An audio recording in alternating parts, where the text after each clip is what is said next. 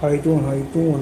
This is Suleiman Ayaskar from Professional Boxing. And I'm coming on my way, talking about some professional boxing for today. And I'm here with Deontay Wilder. Deontay Wilder wants to fight. He wants to fight Dominic Breazeale or Tyson Fury. I think he should pursue Dominic Breazeale right now because he's number one contender for fighter Dillian White. You know, and fight him for now. You know, have a good time with that fight right there. Get it out of the way. Then pursue Dillian White or one of the other fighters. I want to see that fight take place. You know what I mean? Yeah. Not much to talk about this week, but I hear that Terence Crawford want to fight Danny Garcia. If Danny Garcia beats Sean Porter for the WBC, see if he could unify his WBO belt with the WBC belt. That'd be a good fight, but I think that's a mistake for Terence Crawford. I don't think Terence Crawford could take the tenacity and the aggressiveness of Danny Garcia, and that could be a loss for him at that time. You know, uh, I would like to see one of these guys fight. You know what I mean? Like a Danny Garcia and a Terence Crawford. I was in another show right now. A lot of these boxing panelists, they don't like to talk about boxing. They're drifting away from professional boxing. But me, I'm talking about professional boxing at this time. I still want to see Deontay Wilder fight a credible opponent. I see his top 10 fighters. There's a lot of guys he could handpick. You know what I mean? Dominic Breazeale, if he could hype it up, I think that fight could take place and it could be a good fight. Also, that Tyson Fury beats that Pineda fella. He could be the next opponent after he gets rid of Dominic Breazeale, and it'll give some time for Tyson Fury to get himself ready.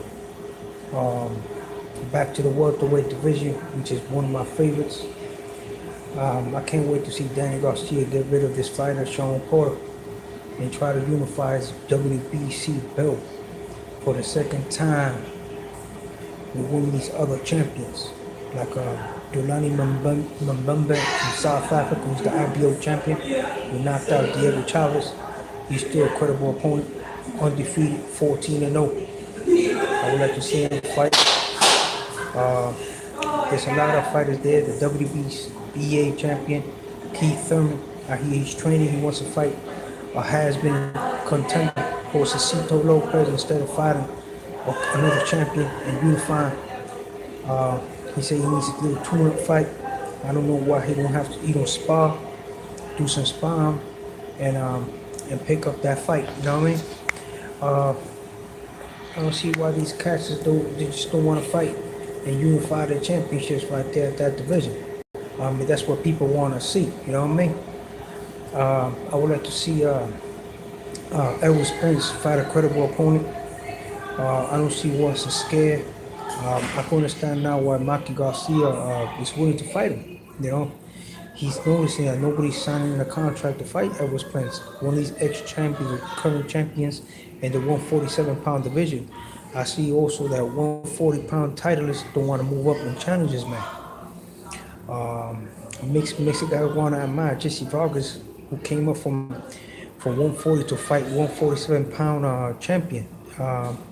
Even though he lost on points to Timothy Bradley at one time. I want to see guys move up in weight and fight one of these current 147-pound champions like a Terence Crawford, like a Errol Spence, like even the WBA champion right now, like one of these 40-pounders move up and fight and challenge. I want to see the division become more exciting, man. More exciting than what it is right now at the present time. Also, at the 160-pound division, this fight is going to happen. The Saul Canelo Alvarez against Triple G, Gennady G. Golovkin. There's still other fighters there, contenders in that division. I don't see that they're giving themselves too much time to hang out on the black sofa. I don't see Jamal setting up a next possible opponent this time.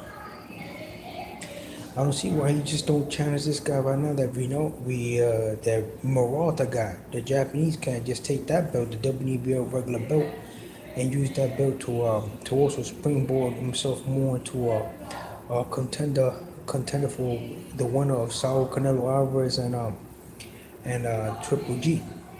And also this guy Billy Joe Sanders. Who's he gonna fight next? Besides after if he gets through this guy um, if he gets through this guy, what's this guy? This guy right here. This fighter right there that's coming up from 154. Demetrius Andrade. If Demetrius Andrade wins, that's he's gonna have to go through gauntlet that division at 160. But I want to see these guys, stop fighting against each other and make the division even harder than what it is. I can't wait to see Danny Jacobs. Danny Jacobs, the fight for the IBF vacant belt that was taken away from Gennady G. Golovkin against this cat that everybody's hyping. I think he should not fight a high quality fighter like Danny Jacobs. But once Danny Jacobs knocks his head off, and he's gonna have another belt, and he's gonna be a true legitimate world champion and use that belt to fight other champions.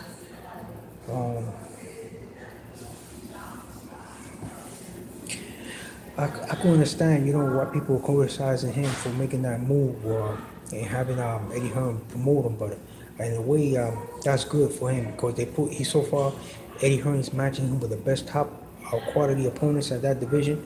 I want to see him once he becomes the IBF middleweight champion by knocking out this fighter and putting him out in spectacular fashion, defend his belt against Jamal Charlo, or try to unify that belt without that Japanese cat that's in Japan where they have the WBA regular belt, the Murata guy.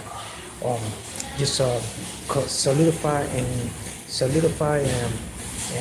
make it very hard for Triple G, the winner of Triple G and Saul Canelo Alvarez, avoid him. We need to see more fights.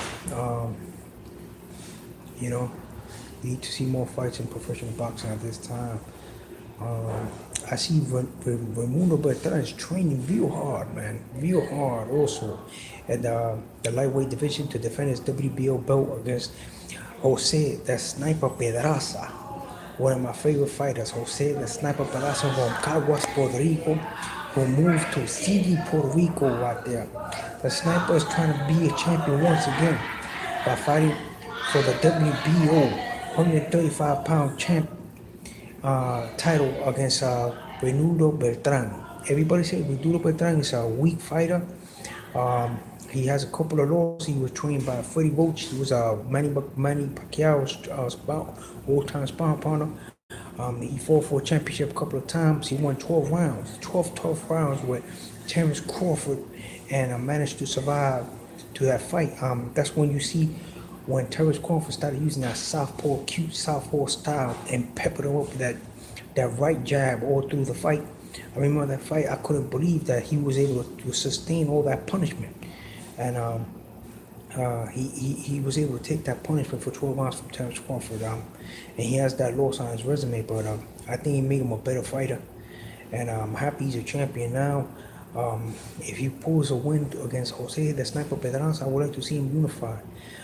Try to fight Lomachenko. Him and Lomachenko will be a great fight. I think he could put him asleep with that left hook. If he catches Lomachenko slipping and using that pity pat style that he has, I think if by fighting Jose Pedraza, that'd be a good match because it acclimates him to pity pat fighters that use that little cute style of fighting. I think that left hook that he has is the ultimate weapon for that fight. He could use that to duck his Jose Pedraza's jab, hit him to the body with a left hook, and go upstairs with the same left hook. And after that, it's all about a beautiful defense. Then that's gonna have to make Bob Arum set up that fight with Lomachenko, and that's the fight I want to see.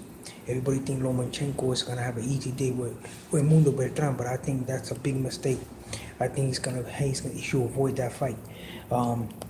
Mikey Garcia is looking for bigger and better things in other divisions and calling out Errol Spence, but I don't see him calling out Raimundo Bertrand.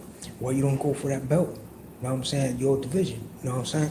That's what we gotta see. We gotta see him fight guys like that. You know what I mean? In 135-pound division. If you want to go to 147 and fight Errol Spence, why you don't become undisputed at 135 first? You still got opponents in your division. And Raimundo Bertrand is one of the titles of that division right now at the present time. I know Lomachenko got surgery on that arm, but he's already starting to train, get himself ready for that for his comeback after the surgery. Um, the when he his last fight, that fighter that he beat, Jorge Linares, when he took his belt, he's still a credible fighter. I don't see nobody trying to fight him, use him as a next possible opponent. Also, I don't think he's gonna move up to one. Dana White fought a great fight this past couple of weeks against Joseph Parker, and I think Dana White, man, Dana White by those two big wins that he had recently, man, the one against Lucas Brown and this one against Joseph Parker, it springboarded him to the top of the division. Everybody's looking at him like he's a very credible contender. I think he overshadowed Dominic Breazeale's two recent wins. The one against Eric Morena and the African cat that he fought. Um, I don't know if nobody want to fight these two guys. I think they should go head to head to see who's the real number one contender for the WBC.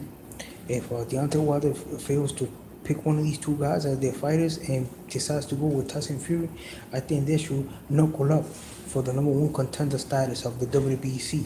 And then after that, have Deontay Wilder do a mandatory against one of them, the winner of that fight. I mean, that'd be a great, if he up the WBC division, uh, it'll nullify some of these contenders that AJ might want to fight next, and that way AJ be forced to fight the WBC heavyweight champion Deontay, the bronze bomber, which I call him the Alabama Avalanche right there, the big town Bama Avalanche right there. Because when he throws those punches, man, it's like an avalanche of punches, man.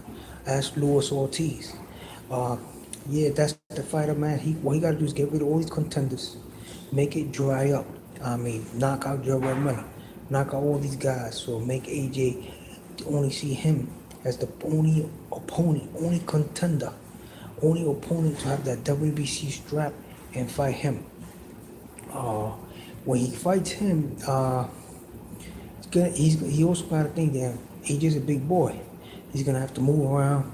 He's gonna have to perfect his power style to from long range that he has to take this guy in the first 5 rounds. Because after that, that weight that AJ has is gonna be a problem, and his stamina might fade.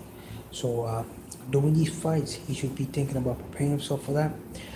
Using that spontaneous power that he has. So when he does get this fight with AJ, he could perform his top 110% and possibly win and become undisputed champion of the world. That's what we want to see, an undisputed heavyweight champ. And I hope I get to see it soon. Well, yeah, this is a quick little professional boxing quick professional boxing news thing, talking about some of the fights that I like, what they're coming up, like this Triple G, Saul Canelo Alvarez fight. Everybody's always has something negative to say about Triple G, but to me, Triple G is the most all-around fighter. He has the jab, the punch, the boxing style, the positive mental attitude in the ring. He has the wins on his resume, the experience. I don't see how Canelo is going to beat him. But everybody, has something to say about Triple G in a negative way. Mostly it's because he's an Eastern European type of fighter, and that's basically what I see. All the negative commentary is about. They say that if he was fighting a Marvin Hagler, he would creamed, but I tend to defer. I think him and Marvin Hagler, if they would have fought, it would be something like John the Beast Mugabe against Marvin Hagler. It'll be a very competitive, high punch output fight, and one of them will be the victor. My opinion, will be with Triple G winning.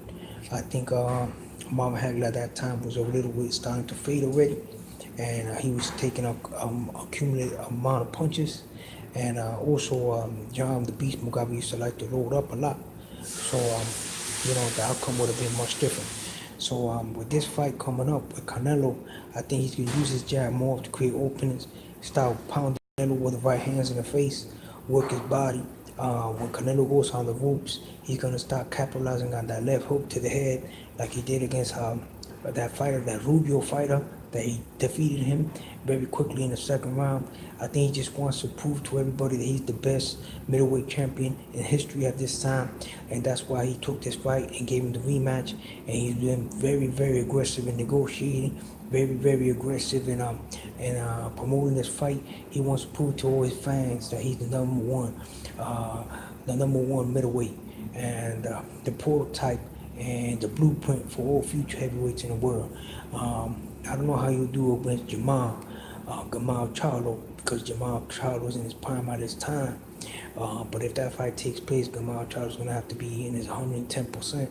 And all the other fighters like Danny Jacobs, he already had a taste of Triple G already, and he knows he has to be 110% if he does get a rematch. And that's the fight everybody wants to see at the 160-pound division. He's the perfect champion, defending champion, Triple G, Gennady Golovkin. So I want to end it like this. This was a quick a live chat right here for professional boxing. And once again, this is Suleiman Scott from professional boxing. And you guys have a good evening. Take care.